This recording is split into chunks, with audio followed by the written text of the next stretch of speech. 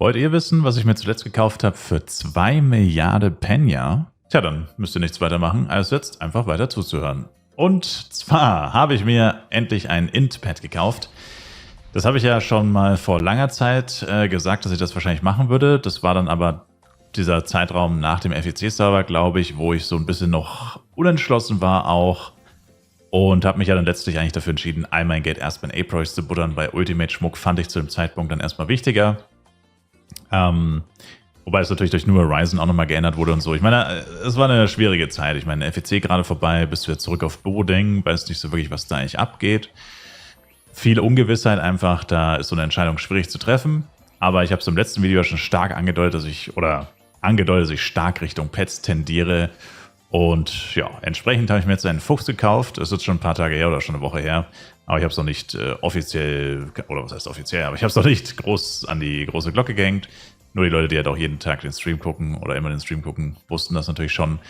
Und ja, 1, 2, 3, 4, 5, das war ja meine Mindestanforderung, also ein perfektes B-Pad. Und falls ihr euch noch daran erinnern könnt, meine Jahresziele für dieses Jahr sind quasi mindestens ein richtig gutes A-Pad zu haben. Also richtig gut heißt eigentlich 1, 2, 3, 4, 5, 6 oder halt sogar perfekt 1, 2, 3, 4, 5, 6, 7. 1, 2, 3, 4, 5, 6, 7 wäre natürlich ein Traum, weil das wäre literally perfekt bis halt auf das letzte Level. Also besser geht's nicht dann. Das wäre natürlich richtig geil, weil das hätte dann halt das Potenzial, dass es wirklich irgendwann mal perfekt werden könnte. Da ist es aber natürlich schwierig, muss man sagen. Und man sollte natürlich nicht man sollte es realistisch angehen. Also eher mal so, ja, auf 1, 2, 3, 4, 5, 6 erstmal hoffen wahrscheinlich, weil das ist noch ein bisschen realistischer. Und genau, das ist im Endeffekt so, oh, warum habe ich keine Buffs? Fällt mir gerade auf. War ich nicht gerade gebufft? Seltsam. Genau, das ist jetzt momentan so das, wofür ich mein Geld ausgegeben habe. Und jetzt ist halt die Frage, was kommt als nächstes? Offensichtlich steht hier eine 2 am Ende und die wollen wir natürlich nicht haben, logischerweise. Es ist jetzt im Endeffekt einfach nur der Bauplan, den wir uns jetzt geschaffen haben. Jetzt müssen wir aber tatsächlich auch anfangen zu bauen. Das heißt, zu rerollen und diese 2 zu was Besserem verwandeln, um eben erstens das Jahresziel zu erreichen und zweitens natürlich, dass mir das Pad auch ein bisschen mehr bringt, weil ich finde es irgendwie erschreckend fast schon. Das ist quasi ein fast perfekt, also es ist ein perfektes B-Pad und hat noch eine 2 am Ende, nicht mal eine 1 und bringt trotzdem gerade mal 27 Int und das höchste, was geht, ist 75. Da sieht man mal, wie heftig irrelevant die ersten Level eigentlich sind, wenn es einem nur um Stats geht. Und wie relevant die letzten beiden Level sind. Also vor allem die 9 am Ende macht so einen krassen Unterschied. Also ob da eine 9 oder eine 7 steht, macht einen gewaltigen Unterschied. Oder eine 9 oder eine 1 natürlich, das sowieso. Aber ist wirklich einfach ultra relevant, was du da am Ende für ein Level bekommst.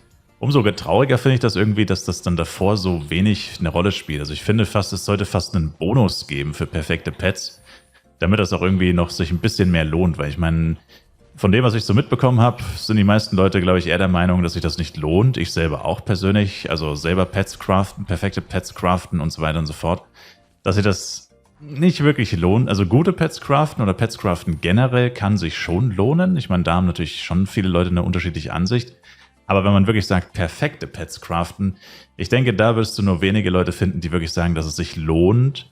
Und dann auch nicht wirklich, weil sie damit Gewinn machen, sondern eher im Sinne von, weil man dann halt ein perfektes Pet hat. Aber jetzt glaube ich auch nicht wirklich aus dem Blickwinkel betrachtet, ja, damit verdiene ich so viel Geld, deswegen mache ich das. Das glaube ich jetzt wirklich nicht. Und an den Stats sieht man das halt auch wirklich. Weil klar, ein perfektes Pet hat natürlich einen viel höheren Stellenwert. Aber mal angenommen, ein Pet hat jetzt, sagen wir, 67 Int oder so. Wenn nur die letzten beiden Level krass sind und die Level davor sind eben nicht ganz perfekt, wen juckt's? Es sind 8 Int weniger und das Ding wird trotzdem für zig Milliarden verkauft. Also von dem her ist das schon so ein bisschen so eine Sache für sich.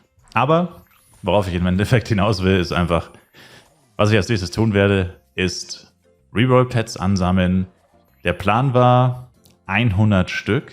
Ja, ihr habt richtig gehört, 100 Reroll-Pads zu sammeln und dann rerollen. Aber dann nicht nur den Fuchs rerollen, sondern ich habe noch eine Krabbe, die ist auch 1, 2, 3, 4, 5, also auch perfektes B-Pad. Die ist aber immer noch auf B, die ist noch nicht auf A. Also A habe ich noch einen gratis Reroll. Wenn ich sie sozusagen noch eine Weile füttere, benutze, dann bekommt ihr das Level-Up irgendwann automatisch als Power-Up sozusagen. Und die werde ich jetzt auch nicht forcieren, dass die Level-Up bekommt, weil es wird wahrscheinlich sowieso kein gutes Level werden. Und ich werde die Pet-Candies in Anführungszeichen nicht unbedingt wasten, weil so ein Pet kostet ja doch ein bisschen Geld nebenbei. Und ich bin verdammt geizig. Aber ja, mal gucken, ob wir das wirklich durchziehen. 100 Pets ist natürlich sehr sportlich. Wer nicht weiß, was A-Pets kosten, das sind 20 Milliarden circa. Aber lustigerweise ist das gar nicht mal so viel mehr Geld, als ich für die A-Products im Endeffekt ausgegeben habe. Also ich habe ja A-Products gekauft, bisschen Materials, hier und da auch mal ein G-Product und so. Und Volcano 7% Karten. Da habe ich auch insgesamt so 15, 16 Milliarden ausgegeben. Also das heißt, diese 20 Milliarden für die Pets werden jetzt dann tatsächlich gar nicht mal so ultra viel mehr sein, als ich für dieses ganze Crafting in letzter Zeit ausgegeben habe. Ungefähr derselbe Stellenwert, ein kleines bisschen mehr, ja, so 10, 20% mehr, je nachdem, wie sich auch die Inflation jetzt natürlich verhält die nächste Zeit. Bei den Pets muss man lustigerweise tatsächlich auch sagen, Inflation ist positiv bei den Pets, weil Pets sind ja festgelegt durch Spiele im Endeffekt. Das Einzige, was die Pet-Kosten großartig verändern könnte, wäre Berry-Preise. Wenn jetzt Berry-Preise zum Beispiel sich verzehnfachen würden, dann würden rein theoretisch auch die Reroll-Pets ein kleines bisschen teurer werden. Aber eigentlich nicht wirklich, weil Berries kann jeder eigentlich ziemlich einfach selber farmen. Und wenn die wirklich extrem in die Höhe schnellen würden, dann würden sie wieder überfarmt werden. Beziehungsweise dann würde es sich lohnen, sie zu farmen und zu verkaufen. Und wenn dann das Angebot wieder steigen würde, würde der Preis automatisch sinken. Vollkommen egal, was mit der Inflation los ist. Und dann würde sich das wieder so ein bisschen aufheben. Und ja, aber trotzdem ist es da ganz interessant. Wenn jetzt der F-Coin-Preis von 150 auf 300 Mio steigen würde zum Beispiel, dann sind ja 300 Mio effektiv wesentlich weniger Geld als davor. Also basically nur noch halb so viel Geld, weil du für das Doppelte nur noch die gleiche Menge F-Coin bekommst wie vorher. Aber bei den Pets ist es ja so, wie gesagt, ein S-Reroll-Pet 500 irgendwas Millionen. Warum sollte das dann plötzlich eine Milliarde kosten? Das ergibt keinen Sinn. Weil das Craften kostet ja trotzdem nur 500 Millionen. Das verändert sich nicht. Und das ist so ein bisschen was Positives, wenn man das jetzt so als Langzeitprojekt nebenbei laufen lässt. Das halt, wobei wir momentan tatsächlich eher eine kleine Deflation haben nach dem letzten Upgrade-Event und jetzt mit dem neuen Update. Aber trotzdem ist es so, dass wir jetzt halt quasi eine kleine Deflation haben und das jetzt erstmal nicht der Fall sein wird. Aber bis ich mal 20 Milliarden gesammelt habe, beziehungsweise die ganzen Reroll-Pads gesammelt habe, wird noch eine ganze Zeit vergehen. Und ich denke, in der Zeit werden die Preise sicherlich auch mal wieder steigen. Leider. Und von dem her passt das schon. Aber wenn ich jetzt weiter merke, okay, die Preise sinken weiterhin, dann werde ich natürlich auch hier und da vielleicht noch ein bisschen Geld investieren für zum Beispiel, keine Ahnung, Protex oder so. Wäre natürlich jetzt dämlich, wenn jetzt gerade die Preise sinken, jetzt anfangen, in Pets zu investieren, obwohl sie quasi davor am F-Coin-Preis orientiert sozusagen günstiger gewesen wären. Aber langfristig wird das jetzt unser Ziel sein. Wie lange ich dafür brauchen werde, ist natürlich auch unmöglich zu sagen. Momentan läuft es auch extrem schlecht beim Farmen, muss ich sagen. Also ich habe jetzt 16 Red Meteors in a row wieder nichts gedroppt. Das ist halt quasi über eine Woche komplette Zeitverschwendung bei Red Meteor. Das tut halt natürlich weh. Solche Rückschläge sind immer ärgerlich. CW lief jetzt nicht unfassbar schlecht. Also wenn man zumindest die Plus-1er Drops sich anguckt, lief es eigentlich ganz okay. Aber CW ist halt momentan extrem überfarmt. Da ist die Nachfrage gerade, glaube ich, nicht so hoch. Beziehungsweise ist wirklich das Angebot einfach monumental. Also nach 0 Uhr an manchen Tagen kriegst du dann erstmal in Dauerschleife alle 2 Minuten XY hat CW getötet, XY hat CW getötet, XY hat CW getötet. Wirklich so 2 Stunden am Stück von 0 bis 2 Uhr durchgehend wie CWs gekillt werden. Das halt nur auf einem Channel. Also ich glaube, der ist momentan einfach extrem überfarmt. Keine Ahnung warum, ehrlich gesagt, weil so im Dezember, Januar wurde CW echt wenig gefarmt. Und jetzt momentan wird er extrem überfarmt. Und ich habe keine Ahnung, warum da jetzt plötzlich so ein Bedürfnis für die meisten Leute entsteht, ihn jetzt plötzlich wieder zu farmen. Aber naja, ist halt so, kann man nicht ändern. Und wirkt sich halt natürlich negativ auf die Einnahmen aus, logischerweise, weil man ja halt jetzt ein bisschen weniger Geld bekommt. Aber macht jetzt nicht so einen gigantischen Unterschied. Weil ich meine, ganz ehrlich, mit CW macht man eigentlich sowieso eher, um die Plus-2er und Plus-3er Drops zu kriegen. Darauf hofft man ja immer. Weil ein Plus-2er, Plus-3er Drop wiegt literally bis zu 100 oder mehr als 100 1er-Drops auf. Je nachdem, welche 1er-Drops, die sind natürlich nicht alle gleich viel wert. Aber ja, kann locker über 100 oder bis zu 100 1er-Drops aufheben. Das heißt, letztendlich macht man es ja wirklich doch wegen dem Plus-2er und 3er-Schmuck. Und der Rest, das sind ja eigentlich nur die Peanuts, die so ein bisschen die laufenden Kosten decken sollen. Und von dem her werde ich da jetzt natürlich nicht aufhören. Aber ein bisschen ärgerlich ist es natürlich trotzdem. Und ja, momentan kommt nicht so viel Geld in die Kasse gespült. Leider. Ja, und dann habe ich noch ein Problem.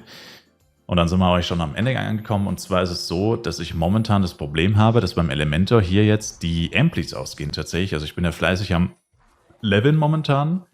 Und habe jetzt aber das Problem, ich habe nur noch 5 Amplis. Die werden jetzt die Tage dann leer gehen.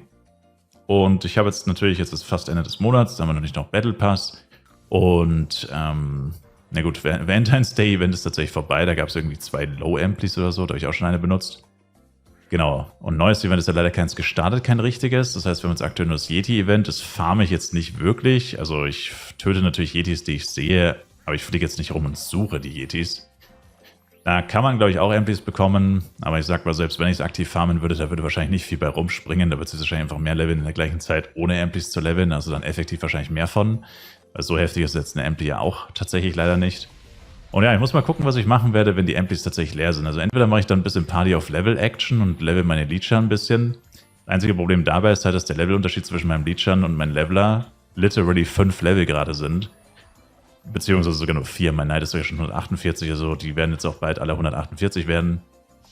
Und das heißt, das Leveln mit Party of Level, ja, das bringt natürlich jetzt nicht so viel, wenn die Monster, die ich töte, gerade mal 4, 5 Level über den Leechern sind. Dann kriegen die jetzt so gut wie keine XP. Und ja, deswegen bin ich momentan so ein bisschen in der Zwickmühle, wie ich jetzt dann weitermachen werde. Man kann natürlich auch einfach ohne Amplis leveln, habe ich auch schon ein bisschen gemacht, machen wir jetzt gerade auch so ein bisschen. Ist auch nicht so schlimm, da kriegt man trotzdem seine Prozente, natürlich deutlich weniger, keine Frage. Aber ja, ich schätze mal, darauf wird es wahrscheinlich hinauslaufen, weil irgendwie bleibt mir nicht wirklich was anderes übrig. Weil ich habe vor allem keine Lust, mein Geld für Amplis auszugeben. Das habe ich schon immer gehasst, Geld für XP auszugeben, weil meiner Meinung nach Equipment und andere Investitionen viel mehr Sinn ergeben, wie zum Beispiel 100 A-Pads zu kaufen, das macht viel Sinn. Und das war Ironie, by the way, das macht überhaupt keinen Sinn, macht das auf keinen Fall, by the way. Das mache ich nur wegen Content und so, nicht weil es besonders klug ist. Und ja, aber wie gesagt, das sind so die Dinge, die momentan so abgehen. Auf jeden Fall halten wir fest, ich werde langfristig jetzt, wie gesagt, es dauert ja ewig, also ich meine für die Products, wie lange habe ich da ungefähr gebraucht? Also wir haben im Endeffekt, ich meine, A-Products habe ich schon immer gekauft, wenn ich günstiger gesehen habe. Aber ja, man kann eigentlich sagen, so spätestens Mitte Oktober bis Ende Oktober haben wir definitiv das als Ziel gehabt, A-Products zu farmen. Und das heißt, wir haben eigentlich effektiv mehr als 3 volle Monate A-Products gefarmt. Ich hatte natürlich auch einige sehngebundene, keine Frage. Aber ja, das waren über 3 Monate und es waren so, ja, so, wenn man die anderen Sachen noch mit einrechnet, wie gesagt, ich meine, ich hatte auch ein bisschen Glück, muss man sagen. Gegen Ende des Jahres hatte ich bei CW und so ein bisschen Glück. Oder Anfang des Jahres, weiß gar nicht mehr, wann es genau war. Ich hatte mal innerhalb von kurzer Zeit 2 Drops plus 3 bei CW und Red Meteor hatte auch mal ein paar gute Tage zwischendurch. Da kamen dann plötzlich mal Milliardenbeträge innerhalb von einer Woche rein, die normalerweise nicht kommen, wenn du nur Müll droppst. Also das ist natürlich auch noch so ein Ding, was da natürlich eine Rolle gespielt hat. Aber ja, wir haben, glaube ich, weit über 10 Milliarden ausgegeben, beziehungsweise gefarmt in knapp 3 Monaten. Und es war auch eine Zeit, wo ich nicht so aktiv spiele wie jetzt, weil jetzt momentan habe ich ein bisschen mehr Freizeit, deswegen kann ich ein bisschen mehr spielen. Was sich natürlich auch dann eher positiv auf die Finanzen auswirkt, außer wenn man halt dann wieder Pech hat, aber jede Pechsträhne hat dann mal ein Ende und dann läuft es wieder. Und ja, aber ich schätze mal, ja, 3 Monate ist das absolute Minimum. Wäre unlogisch, wenn wir jetzt in 3 Monaten plötzlich doppelt so viel Geld farmen würden wie vorher. Das heißt, das ist so ein Ding, ja, Ende Mai vielleicht. Also das könnte noch eine Weile dauern mit den Pets. So viel ist sicher. Bis wir die gesammelt haben, vergehen es einige Monate. Also bis dahin wird es auch noch hier auf jeden Fall noch weitere Status-Updates geben.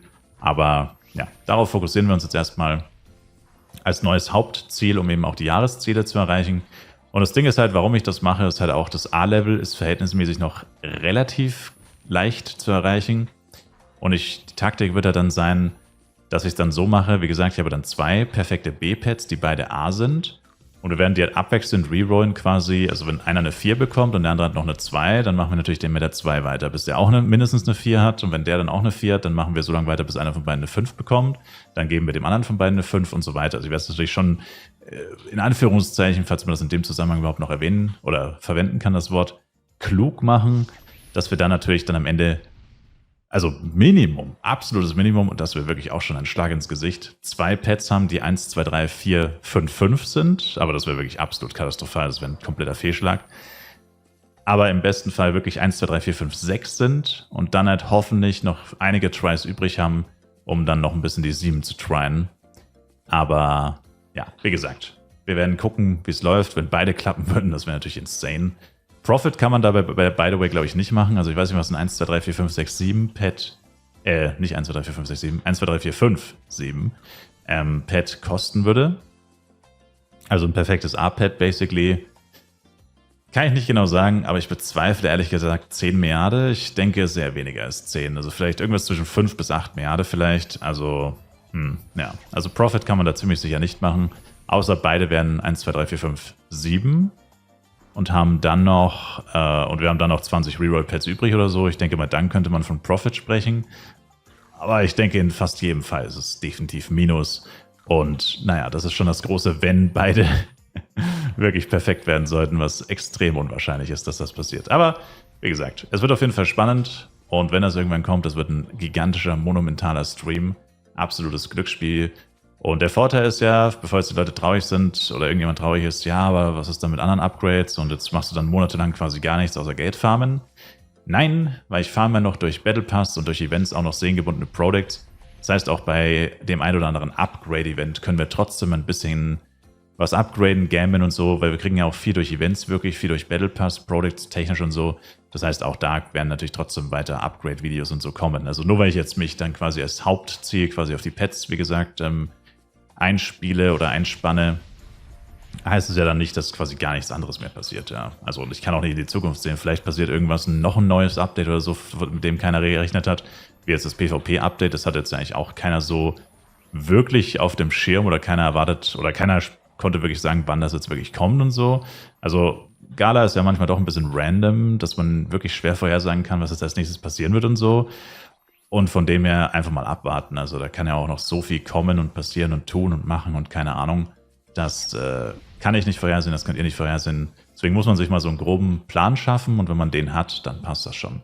Jetzt sage ich aber auf jeden Fall vielen Dank fürs Zuschauen. Ich würde mich sehr über ein Like, Kommentar, ein Abo von euch freuen. Schaut auf jeden Fall im Livestream vorbei. Twitch, denke ich, ist in der Videobeschreibung. Bis zum nächsten Mal mit Fly Universe. Haut rein und ciao, ciao.